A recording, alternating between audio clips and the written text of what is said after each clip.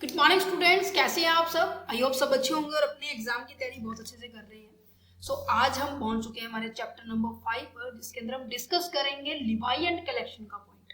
देखो, इस चैप्टर को डिस्कस करने से पहले मैं आपको सजेस्ट करूंगी, एज एडवाइस है क्यों कि जो आप इस चैप्टर को समझने से पहले आप जो टैक्सेबल इवेंट का जो चैप्टर है ना, taxable event and the scope of the supply under section under GST law, इसको जरूर देखो, क्योंकि यहाँ पर हमने डिस्कस किया था कि जो टैक्सेबल इवेंट होते क्या है, ठीक है, और ये कब होते हैं। फिर हमने सप्लाई के स्कोप पढ़े थे जो कि सेक्शन 7 के अंदर हमने डिस्कस किए थे, साथ ही साथ इनके सब सेक्शन भी हमने डिस्कस किए थे, और कंपोजिट एंड मिक्स सप्लाई तो हमने इसके अंदर किया ही था, ठीक है। क्योंकि कहीं ना कहीं जो टैक्सेबल इवेंट है वो बहुत ज्यादा इंपॉर्टेंट रोल अदा करते हैं for understanding the concept of the Levi and collection. तो चलो स्टार्ट करते हैं।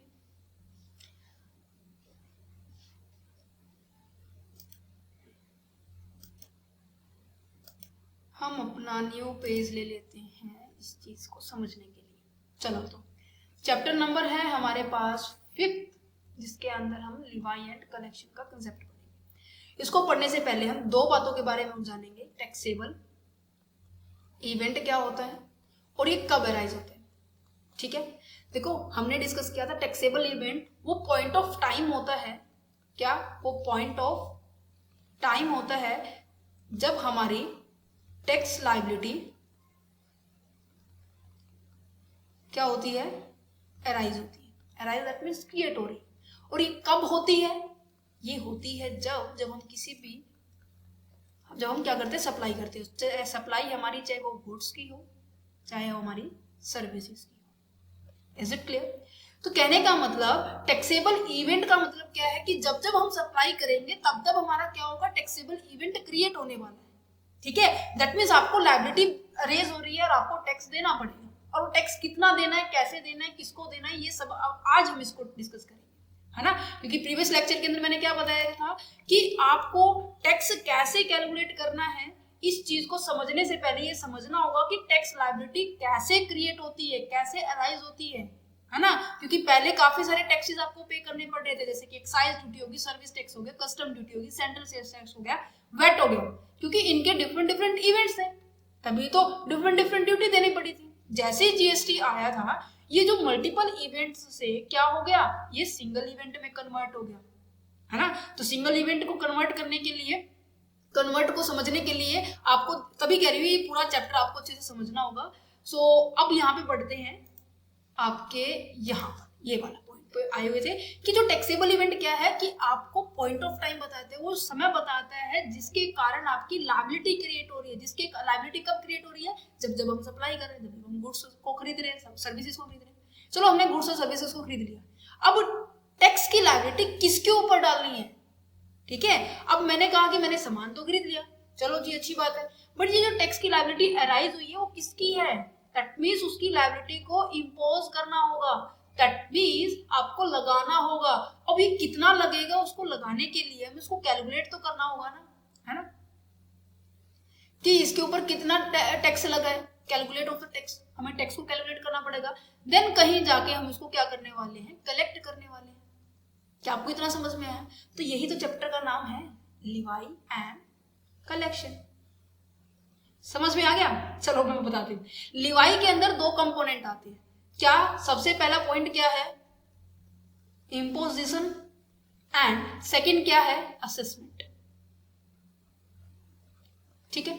इम्पोजिशन का मतलब होता है किसी के ऊपर बताना, किसी को बताना कि आपका टैक्स इस सब्जेक्ट के ऊपर लग रहा है, मतलब इस गुड्स के ऊपर लग रहा है, सर्विसेज के ऊपर लग रहा है, इतने रेट से लग रहा है, और काफी सारी डिटेल आपको देंगे, ठीक है। बट असेसमेंट का मतलब क्या है कि आपको जो बताया गया है कि आपके गुड्स के ऊपर इतना टैक्स लगा, इतने परसेंट रेट लगा है, ठीक है, तो वो कितना लगा है वो कैलकुलेट करके बताना, उसे हम कहेंगे लिवाई एंड लिवाई कहेंगे। लिवाई के अंदर दो कंपोनेंट है। कलेक्शन, फाइनली उस अमाउंट को, मैंने कहा कि आपका 10,000 रुपये टैक्स बनता है, फाइनली उस अमाउंट को कलेक्ट किया जाएगा, कलेक्शन कह लो, या फिर मैं कहूंगी पेमेंट ऑफ टैक्स, कि आप क्या कर रहे हो, उस टैक्स की क्या कर रहे हो, पेमेंट रिसीव कर रहे हो किसी टैक्स पेयर के थ्रू।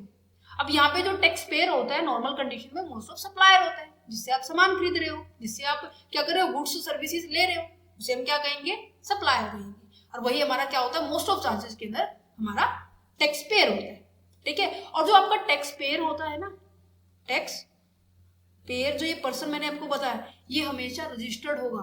क्या होगा? रजिस्टर्ड होगा किसके अंदर? जीएसटी के अंदर। तभी वो क्या कर पाएगा, आगे गवर्नमेंट को टैक्स दे पाएगा, है ना। समझ में आ गया? सिंपल सा लॉजिक है, क्लियर? ओके जी, चलो हम बढ़ते हैं हमारे नोट्स के ऊपर।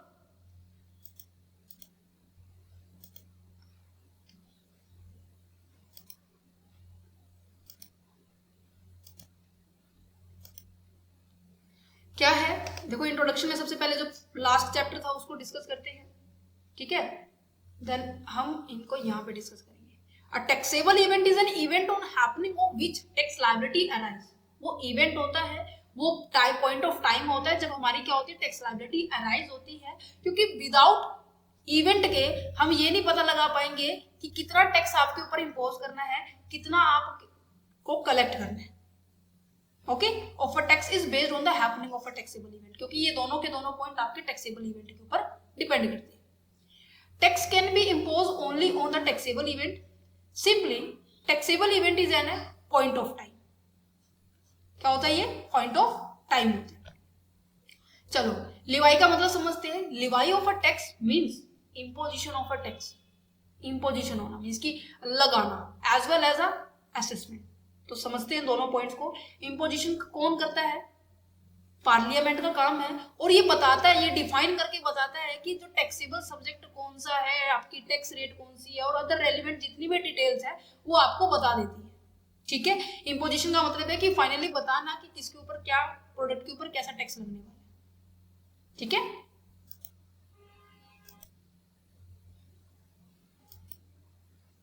ठीक है, अब नेक्स्ट पॉइंट पे बढ़ते हैं। असेसमेंट का मतलब, असेसमेंट का मतलब क्या है कि आपको कैलकुलेट करके बता रहे हैं। क्या आप पैसे नॉर्मली कैलकुलेट कर दोगे, है ना। क्या पता किसी पर्सन को डिडक्शन मिलती हो, किसी पर्सन को एग्जेम्पशन मिलती हो, किसी पर्सन को रिबेट मिलती हो, जैसे कि हमने इनकम टैक्स में पढ़ा है ना। इनकम टैक्स में भी तो पढ़ा है कि जब हम इनकम टैक्स किसके ऊपर कैसे कैलकुलेट किया जाता है, इनकम जो टैक्स है इनकम के ऊपर, हमारी टोटल इनकम के ऊपर। देन फिर उसकी हम कैटेगरी देखते हैं कि उसको डिडक्शन तो नहीं मिल रही है 80C से लेके 80U तक, है ना। क्या उसको रिबेट तो नहीं मिल रही? रिबेट किसको मिलेगी? 1250 रुपए की, जो जिसकी इनकम क्या है 5 लाख तक की हो, है ना, या उससे कम हो, उनकी बात की जाती है। तो कहीं ना कहीं जब हम किसी भी पर्सन की टैक्स को कैलकुलेट किया जाता है तो हम कंसीडर करके चलते हैं काफी सारी जितनी भी एग्जम्पशंस होती है, डिडक्शंस होती है, या फिर कोई भी टैक्स जो भी आपको नोटिस इशू करना है टैक्स पेयर को कि आपकी इतनी लायबिलिटी बन गई है कि हाँ जी आपको पेमेंट करनी है, आपको नोटिस जारी कर दिया। ये सारा का सारा काम कौन करती है? It is done by the executive government. I hope इतना बिल्कुल इजी सा है। देखो मैं आपको बता रही हूँ, बिल्कुल आसान चैप्टर है ये, ठीक है। नेक्स्ट जाते हैं कलेक्शन। कलेक्शन क्या है? फाइनली आप क्या कर रहे हो? पेमेंट कर रहे हैं, means the payment of a tax. Normally Levi and collection both occur simultaneously. That means जो लिवाई और कलेक्शन नॉर्मली क्या होता है कि साथ साथ होते हैं, है ना। बट जरूरी तो नहीं। जैसे कि मैं एग्जांपल दूं, आप यहाँ हैं, ठीक है, आपने क्या किया, एक दिन के अंदर इतना सारा सामान खरीद लिया। जैसे कि आपने बिस्किट खरीदा, आपने चिप्स खरीदा, आपने माउस भी खरीद लिया, इलेक्ट्रॉनिक गैजेट है, ठीक है, आपने वेजिटेबल्स भी खरीद ली है, ठीक है, आपने ट्रैवलिंग भी किया है, ठीक है, और फाइनली फिर आप अपने घर पे आ गए। अब आपने एक दिन में 1 2 3 4 5 सामान को खरीदे, सबके ऊपर जीएसटी लगता है। क्या आप डेली बेसिस पे आप जीएसटी भरने के लिए जाओगे? नहीं ना। तो नॉर्मल सी बात है, आपका भी काम थोड़ा कम करने के लिए, और डिपार्टमेंट, आप देखो भारत की कितनी जनसंख्या है, बहुत सारी जनसंख्या 143 से क्रॉस जा चुकी है, भारत नंबर 1 पे आ चुका है। तो यहाँ पर देखो इतनी सारी पॉपुलेशन उस डिपार्टमेंट में जाएगी, कहीं ना कहीं जो एडमिनिस्ट्रेटिव डिपार्टमेंट है वो बिल्कुल ऐसे परेशान हो जाएगा डेली बेसिस पे। तो दैट्स अ रीजन जो कलेक्शन का पॉइंट है ना, जो इनडायरेक्ट टैक्सेस होते हैं उनको थोड़ा सा डिले हम रिसीव कर सकते हैं। दैट मींस उनके ऊपर रिसीव होने वाला जो टैक्स है, कलेक्ट होने वाला जो टैक्स है, वो जो जिस डिपार्टमेंट के पास जाएगा उनको डिले कर सकते हैं फॉर द मंथ और फॉर द क्वार्टरली। समझ में आ गया? तो यहाँ पे ये लिखा हुआ है in the simple word, as soon as the tax is imposed and assessed, right to be collect tax arise in the hand of the department. Department के पास ये पावर होती है कि उसको कलेक्ट करे, but for the administrative convenience, सुविधा, प्रशासनिक सुविधा के लिए it may be delay for a month और क्वार्टर और मंथ के लिए हम क्या कर सकते हैं, आराम से रिसीव कर सकते, डिले कर सकते। पूरा कंसाइज फॉर्म में आपको यहाँ पे दिखाई दे रहा होगा, है ना। इम्पोज के अंदर कौन करता है, पार्लियामेंट करता है। असेसमेंट का काम कौन करता है, एग्जीक्यूटिव गवर्नमेंट करती है। और कलेक्शन का काम आपकी जो डिपार्टमेंट होती है, एडमिनिस्ट्रेटिव जो डिपार्टमेंट होते हैं, उनकी सुविधा के लिए जो कलेक्शन का काम ना डिले कर दिया जाता है 1 महीना, या फिर जो महीने के अंदर जो क्वार्टरली आता है ना, 4 महीने 4-3 महीने के बाद जो आता है, उनकी बात की जा रही है। ओके, चलो तो बढ़ते हैं आगे सेक्शन 9 के ऊपर। देखो ये पॉइंट हमारे हो चुके हैं, इंट्रोडक्शन, मीनिंग ये हो चुके हैं। अब हम बात करेंगे Levi and collection under the section under CGST section 9। अब देखो CGST लिखा हुआ है, CGST अप्लाई कब होता है, आप मुझे बता पाएंगे? Of course yes, CGST apply तब होता है जब हम क्या करते हैं, सप्लाई करते हैं। कैसी सप्लाई करते हैं, हम सप्लाई करते हैं इंट्रा स्टेट। इंट्रा स्टेट समझते हैं, that means with in state की बात की जा रही है। एग्जाम्पल के तौर पर जैसे कि ये है हरियाणा, ठीक है, हरियाणा के अंदर कुरुक्षेत्र है KU के, और यूनिवर्सिटी लिख दी मैंने तो KU के, और एक है करनाल, ठीक है, सब जानते हैं। ओके जी, करनाल से सॉरी कुरुक्षेत्र से सामान जा रहा है करनाल, ठीक है, करनाल से सामान गया अंबाला, अंबाला से सामान गया सोनीपत, ठीक है, सोनीपत से गया रोहतक, रोहतक से गया पानीपत, पानीपत से गया आगे, मतलब ऐसे डिलीवर हो रहे। कहने का मतलब विद इन अ स्टेट मेरे हरियाणा के अंदर डिलीवरी हो रही है, ठीक है। तो इसके दौरान हमारे पास कौन सा टैक्स अप्लाई होता था, सब बच्चे जल्दी से रिस्पॉन्स करेंगे कि मैम उस टाइम हमारा CGST प्लस SGST लगता था, है ना, इक्वल डिस्ट्रीब्यूट होता था। अगर इलेक्ट्रॉनिक गैजेट है 18% टोटल लगता था, तो 9% यहाँ पर, 9% यहाँ। क्लियर है, तो यहाँ पे यही कह रही है। सबसे पहले पढ़ते हैं CGST एक्ट के दौरान काफी सारे सेक्शंस दिए हुए हैं। देखो 9 के ना 5 पार्ट है, तो कहीं ना कहीं जो 5 पार्ट्स को सब सेक्शन में डिवाइड किया है, 9(1), 9(2), 9(3), 9(4), ठीक है। Section 9(1), subsection 1, section 9, subsection 2, section 9, subsection 3, section 9, subsection 4, section 9, subsection 5। Okay, अब सेक्शन 9 के अंदर सबसे फर्स्ट पॉइंट देखो क्या लिखा हुआ है, normal and the forward charges. Normal का मतलब क्या है कि आप नॉर्मली डिलीवर करते हैं, जैसे कि नॉर्मल ट्रांजेक्शन होती है, नॉर्मल सिचुएशन की बात की जा रही है। नेक्स्ट पॉइंट आ जाता है कि supply of the petroleum product. Petroleum product समझते हैं, राइट, तो उनके लिए सेक्शन अलग डिफाइन किए, इनके बारे में बात करेंगे, ठीक है। रिवर्स चार्जेस मैकेनिज्म, ये कंसेप्ट बहुत बहुत ज्यादा इंपॉर्टेंट है, जितने स्टार लगाऊं उतने कम है, क्योंकि ये छोटे जो 4 मार्क्स में पूछे जाते हैं, यहाँ पे पूछा जाएगा क्वेश्चन, ठीक है। नेक्स्ट क्या है, अनरजिस्टर्ड पर्सन सेक्शन 9, सेक्शन 4, और इलेक्ट्रॉनिक कॉमर्स ऑपरेटर भी हमारा यहाँ पे डिस्कस किया गया है कि जो ऑनलाइन बिजनेस करते हैं उनकी बात की जा रही है। तो सबसे पहले नॉर्मल एंड फॉरवर्ड चार्जेस के बारे में बात करते हैं। अब सबसे पहले तो सप्लाई मैंने आपको बताई कैसी होगी, इंट्रास्टेट सप्लाई होगी। तो नॉर्मल सी बात है, जो टैक्स लगाया जाएगा, लिवाई किया जाएगा, वो कौन सा होगा, goods, central goods and service tax होगा। तो सबसे पहला पॉइंट आपको ये याद हो गया। दूसरा ये याद हो गया कि इंट्रास्टेट सप्लाई होगी, बट कौन सी गुड्स एंड सर्विसेज को छोड़ के, एक्सेप्ट कौन सी, alcohol liquor for the human consumption. इस कमोडिटी को छोड़ के बाकी सभी के ऊपर हमारा क्या है, यहाँ पर इंक्लूड किया गया है, ठीक है। On the value determined under section 15 and the act, जो टैक्स की जो लिवाई है, जो वैल्यू ऑफ लिवाई है ना, वो सेक्शन 15 के अंदर डिफाइन की गई है CGST एक्ट के दौरान। और हाँ, GST की जो रेट है ना, वो कितने % से ज्यादा नहीं हो सकती, 20%।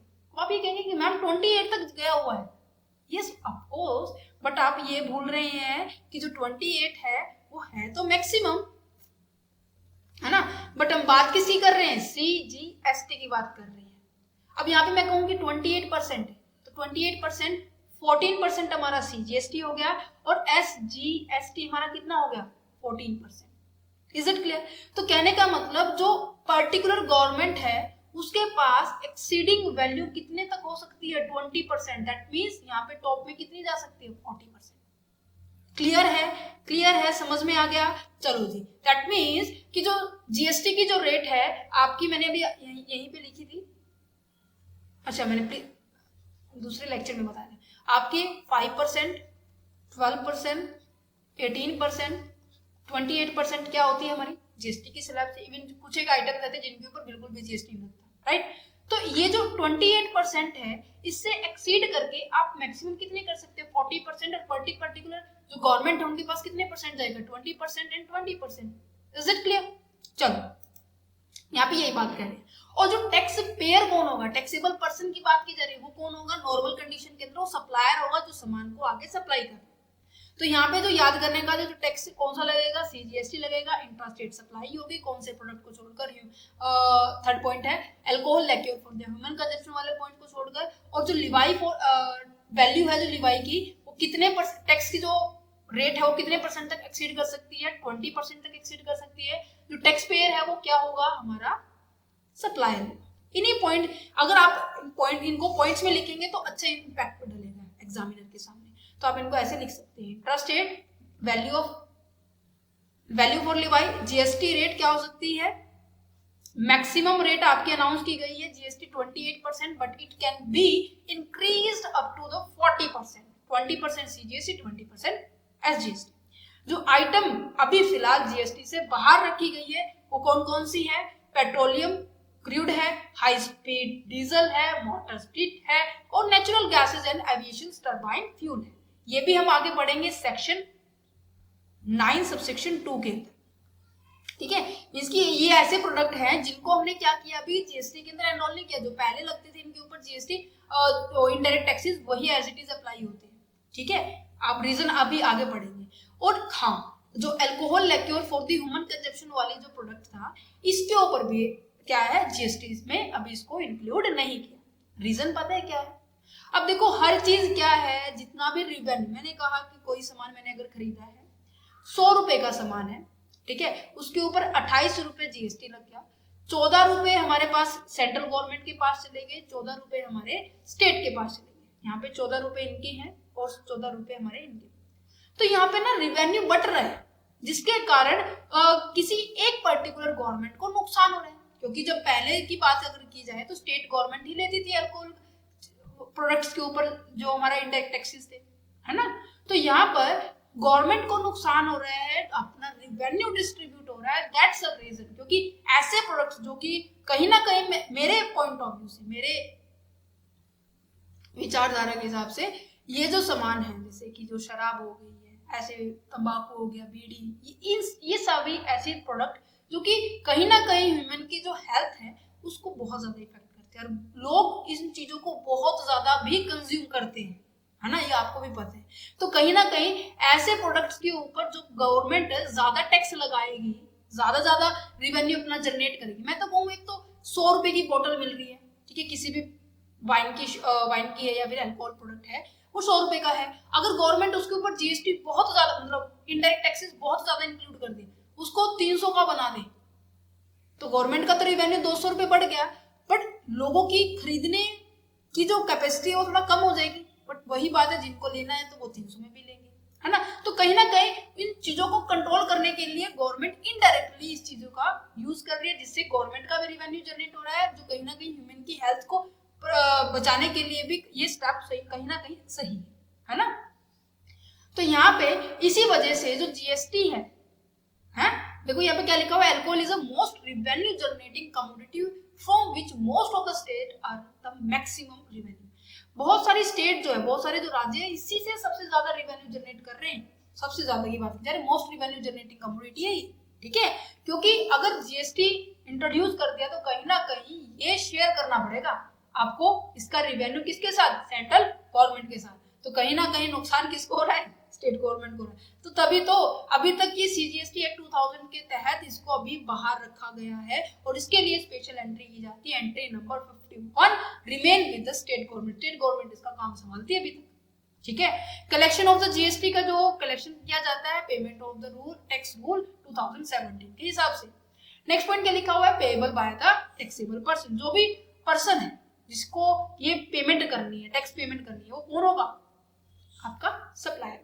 उम्मीद करते हो जो सेक्शन 9 सबसेक्शन 1 है ये आपको बिल्कुल अच्छे से क्लियर हो गया। चलो अब बढ़ते हैं हमारे supply for petroleum product section 9 subsection 2 के अंदर। देखो पेट्रोलियम प्रोडक्ट मैंने अभी आपको बताया, पेट्रोलियम क्रूड है, मोटर स्प्लिट है, जो कि कहीं ना कहीं जो हाई स्पीड डीजल है, नेचुरल गैस है, मोटर एविएशन टरबाइन फ्यूल है, एविएशन का जैसे कि जो विमानों में यूज जाते हैं उनकी बात की जा रही है, उनके अंदर ये सारे के सारे प्रोडक्ट्स है ना, ये सारे के सारे कंपोनेंट है ना, अभी फिलहाल जीएसटी से बाहर है। जो पहले लगते थे ना इनके ऊपर एज इट इज वही लगती है, ठीक है। और साथ ही साथ एक और कमोडिटी है जिसको हम कहेंगे इलेक्ट्रिसिटी। इलेक्ट्रिसिटी के आप देखोगे ना, मेरे पास अभी फिलहाल एक बिल रखा हुआ था, मैंने उसके अंदर प्रॉपर चेकआउट किया कि वहां पे किसी भी तरह से जीएसटी नहीं, वहां पे लिखा हुआ है सरचार्ज, ठीक है, सेस एंड सरचार्ज ऐसे कैलकुलेट किया हुआ है। आप देख, आप अपने घर पे भी जो बिल आते हैं, ठीक है, उसके ऊपर चेकआउट करना, ठीक है, इनके ऊपर भी कभी जीएसटी नहीं लगता अकॉर्डिंग टू सेक्शन 9 सबसेक्शन 2 के ऊपर। अब बात आ जाती है सबसे बढ़िया इंपॉर्टेंट टॉपिक कि tax on reverse charges basis on the reverse charges section 9 subsection 3। देखो अभी तक मैंने आपको क्या बताया कि नॉर्मल कंडीशन के अंदर जो टैक्स पेयर होगा वो कौन होता है?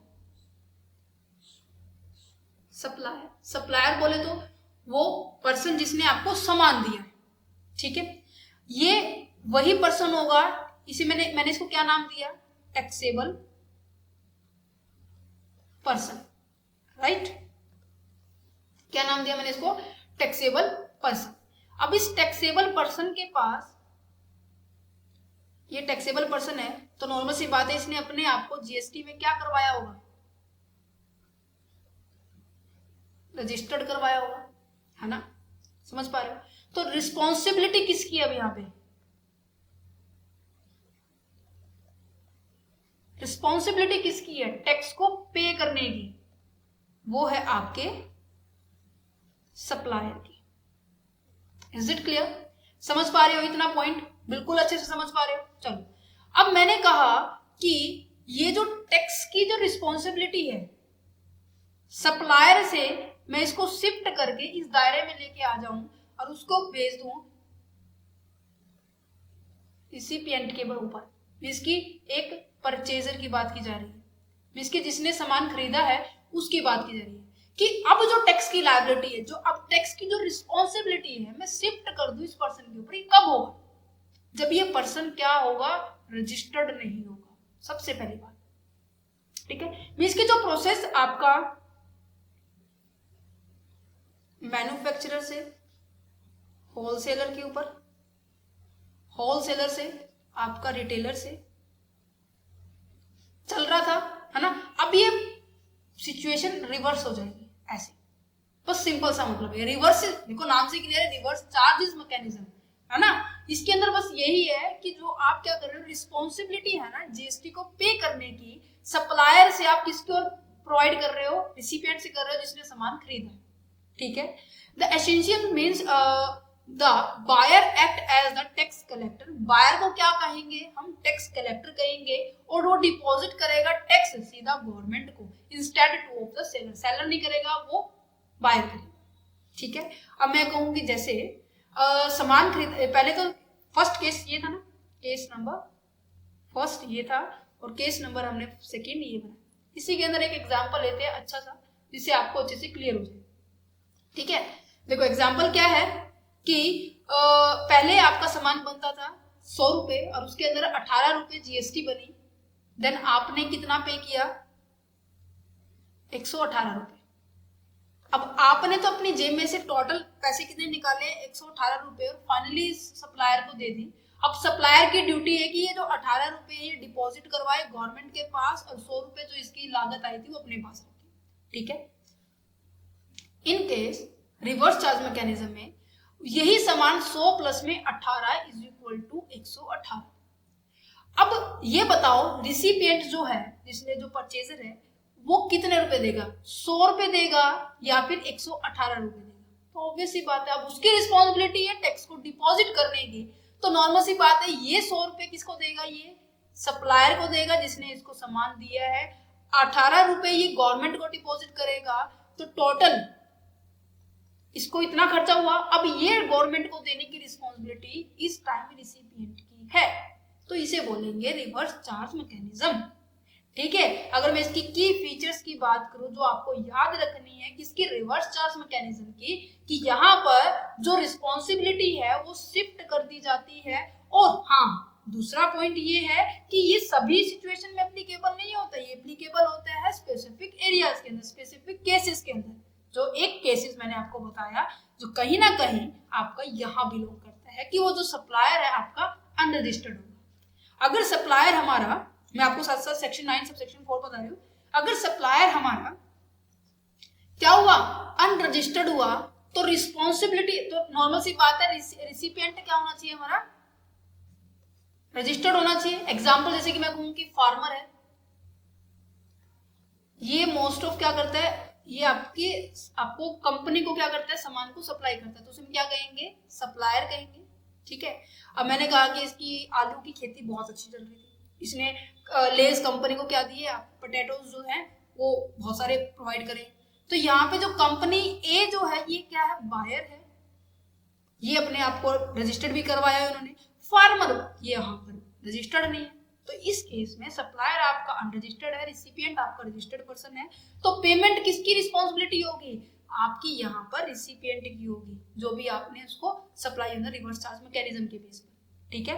जितने भी प्रोविजंस पहले सप्लायर के ऊपर लगते थे, सप्लायर के ऊपर कौन से प्रोविजन लगते थे, सीजीएसटी एक्ट के दौरान जितने भी प्रोविजन लगते थे, और वो सारे के सारे जो शिफ्ट होकर किसके ऊपर लगेंगे, वो आपके रिसिपिएंट के ऊपर लगेंगे। That's it. समझ में आ गया, समझ में आ गया बस। तो अब देखो सेक्शन, ये जो रिवर्स चार्ज मैकेनिज्म है दो पॉइंट्स में आता है, एक तो इंट्रा स्टेट सप्लाई करते हैं कि हमारा इंटर स्टेट सप्लाई करते हैं। अगर इंटर स्टेट की बात की जा रही है, मींस कि विद इन अ स्टेट की बात की जाए तो सेक्शन 9 सबसेक्शन 4 लगेगा। अगर ये आउट ऑफ स्टेट की जा रही है, मैं कहूँ कि हरियाणा है और साथ में पंजाब की बात की जा रही है, आप यहाँ पे ट्रांसफर कर रहे हैं, सप्लाई कर रहे हैं, तो यहाँ पर सेक्शन 5 सबसेक्शन 4 लगेगा। देखो सबसेक्शन तो 4 ही है, बट 9 और 4 इसको याद करने का लॉजिक मैं आपको सिखाती हूँ। देखो मैं आपको यहाँ पे लिख देती हूँ, मैं इंट्रा स्टेट और इंटर स्टेट। ठीक है। इंट्रा में सेक्शन 5 सबसेक्शन 4, इंटर में सेक्शन, मैंने सही लिखा है ना, आई होप मैंने सही लिखा है, एक चेक कर लेते हैं। इंटर स्टेट के अंदर सेक्शन 5 सबसेक्शन 4, इंटर स्टेट के अंदर सेक्शन, अच्छा मैंने गलती ही लिख दी है, चलो इसको हम करेक्ट कर लेते हैं। इंटर स्टेट के अंदर क्या है, सेक्शन,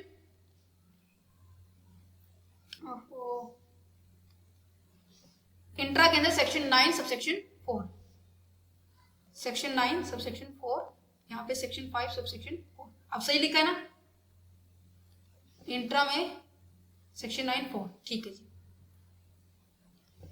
अब यहां पर देखो सब सेक्शन तो हमारा दोनों का 4 है।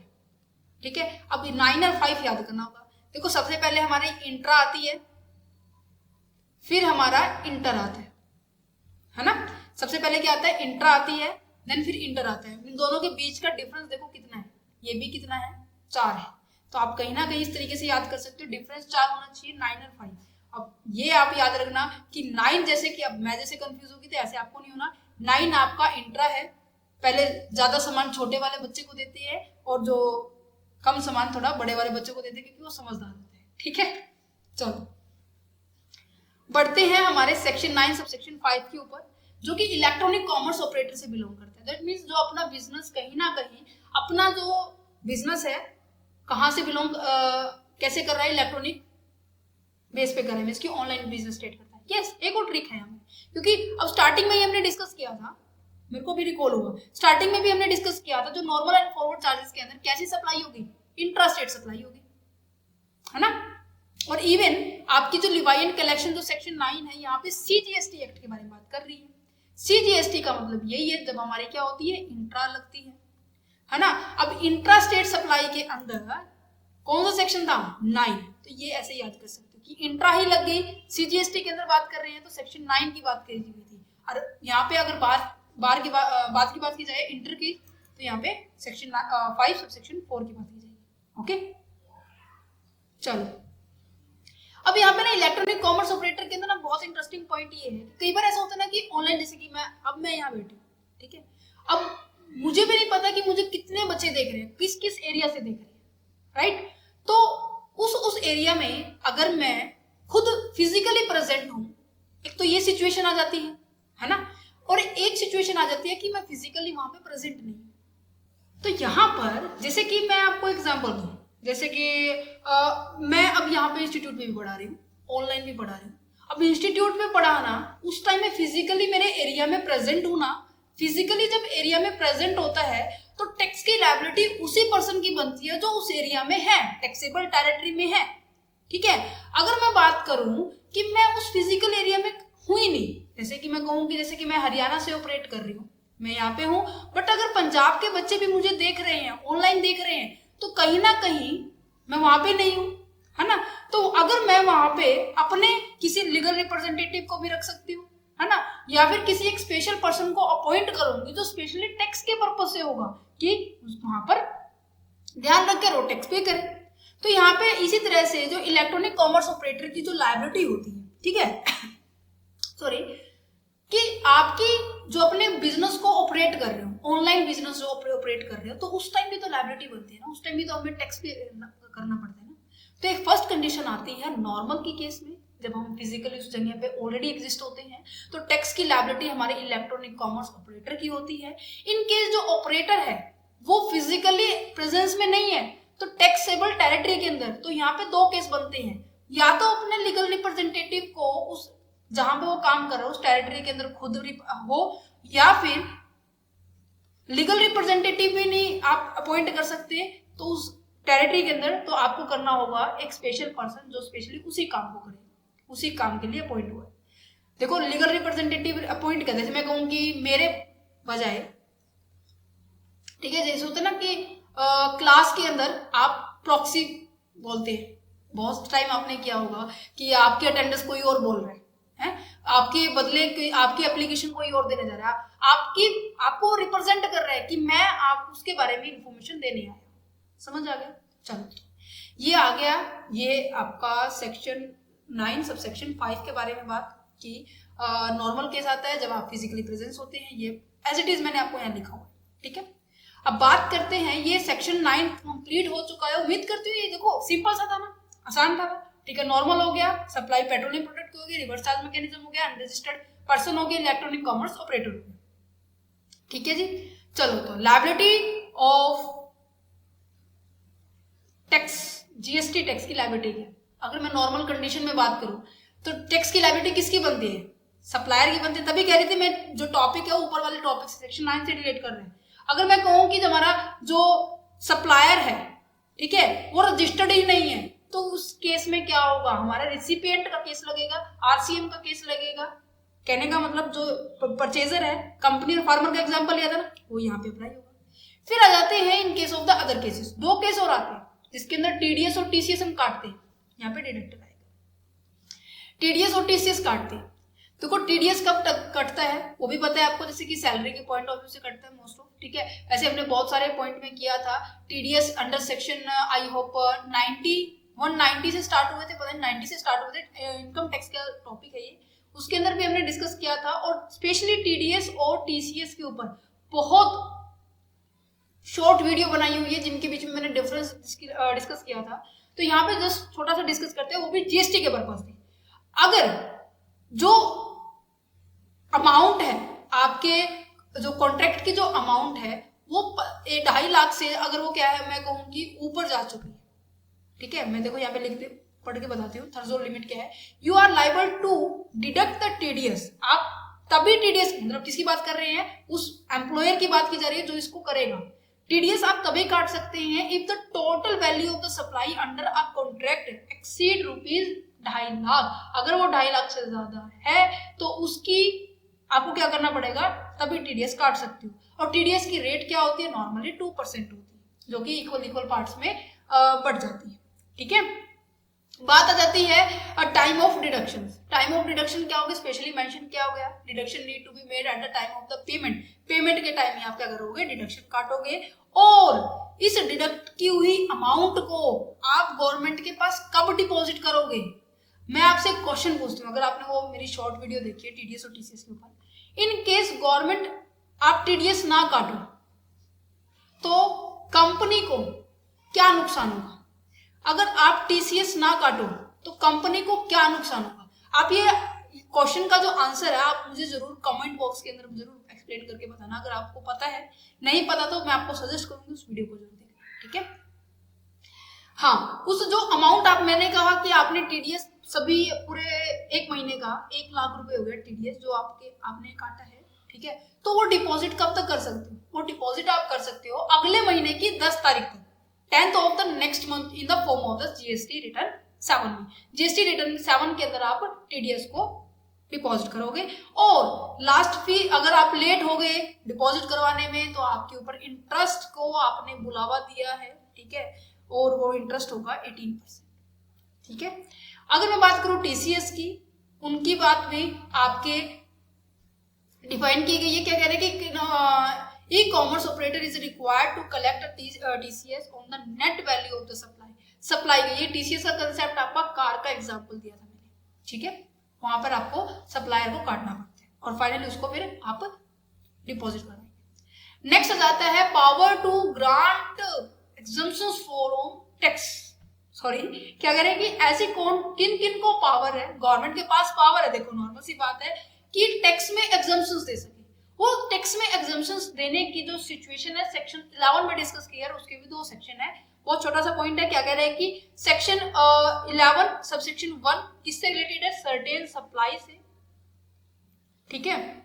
और सेक्शन 11 सबसेक्शन 2 हमारा सर्टेन सर्कमस्टांसेस से। देखो दोनों, एक तो सप्लाई से बिलोंग करता है, एक सर्कमस्टांसेस से बिलोंग करता है। सप्लाई के ऊपर भी देखो गवर्नमेंट के पास ये पूरी तरह से पावर है। देखो हमने लास्ट चैप्टर में डिस्कस किया था, सेक्शन 7 सबसेक्शन 3 में डिस्कस किया था कि गवर्नमेंट के पास प्रॉपर वे से पावर है, क्योंकि जो सप्लाई की जो डेफिनेशन है वो इंक्लूसिव मैनर से डिफाइन की गई है ना, राइट। तो कंप्लीटली ये पावर है, power to a government to make a changes in the scope of the supply of the goods and services, कि उसके स्कोप के अंदर क्या कर सके, वो चेंज कर सके। और दूसरा पॉइंट है सर्कमस्टांसेस। सर्कमस्टांसेस जैसे कि नेचुरल डिजास्टर्स आ जाए। देखिए 2013 के अंदर जब हमारा केदारनाथ के अंदर वो सिचुएशन आई थी, उस टाइम तो चलो जीएसटी अप्लाई ही नहीं हुआ था। इन केस ऐसी ही सिचुएशन, भगवान ना करे ऐसा हो, बट अगर ऐसी ही सिचुएशन अगर आती है तो गवर्नमेंट के पास ये प्रॉपर राइट है कि उस एरिया के अंदर पर्टिकुलर टाइम के लिए इस टैक्स के जो रूल को क्या हटा दिया जाए, और जो नॉर्मली लगता था क्या पता कम भी कर दिया जाए। तो कहीं ना कहीं ये पावर यहाँ पे दी जाती है ना। एक तो पहले वो सिचुएशन में पूरी बुरी कंडीशन में है ना, और ऊपर से आप ही सामान महंगा दे रहे हैं, गवर्नमेंट ऊपर से टैक्स लगा रही है, तो कहीं ना कहीं ये अच्छी बात नहीं है। तो दैट्स द रीजन गवर्नमेंट के पास प्रॉपर पावर है कि अगर कुछ ऐसा सर्टेन सर्कमस्टांसेस क्रिएट होता है तो वो उनको एग्जम्पशंस दे सकती है। ओके, चलो तो बढ़ते हैं हमारे एक इंपॉर्टेंट इंफॉर्मेशन के ऊपर। अगर आप क्वेश्चंस पेपर के रिगार्डिंग वीडियो देखना चाहते हैं तो चैनल पर विजिट करना, ठीक है। और क्वेश्चन, इवन मैंने आपको लिंक भी डिस्क्रिप्शन में दिया हुआ है क्वेश्चन पेपर चैनल का, जहां पर आपको हर स्ट्रीम के, हर यूनिवर्सिटी के क्वेश्चन पेपर मिलेंगे। और हाँ, साथ ही साथ आपको इस पीडीएफ की अगर नोट्स चाहिए तो आप ले सकते हैं। ₹9 आपको पे करना होगा। इंफॉर्मेशन डिस्क्रिप्शन में गिवन है, व्हाट्सएप नंबर और ईमेल आईडी गिवन है। टीम से कांटेक्ट कीजिए और वो आपको सारी तरह की इंफॉर्मेशन दे देंगे कि कैसे आपको पेमेंट करनी है, ठीक है। और आप इन पीडीएफ को एक्सेस कर सकते हैं। चैनल पर विजिट कीजिए, डिफरेंट पीडीएफ देखिए, डिफरेंट जो वीडियोस देखिए। और साथ ही साथ मैं आपको सजेस्ट करूंगी कि जैसे जैसे हम आगे बढ़ रहे हैं ना, आपके लिए स्पेशल एक एमसीक्यू की सीरीज और लेके आनी है मेरे को, जो कि आपके 5 चैप्टर के बेस पे हुई। अब हमने 5 चैप्टर कर लिए, तो नेक्स्ट वीडियो हमारी एमसीक्यू के ऊपर होने वाली है, क्योंकि पूरे 5 चैप्टर को पूरा रिवाइज करवाएंगे। ओके, सो मिलते हैं नेक्स्ट वीडियो के अंदर। Thank you for watching this video. Have a nice day.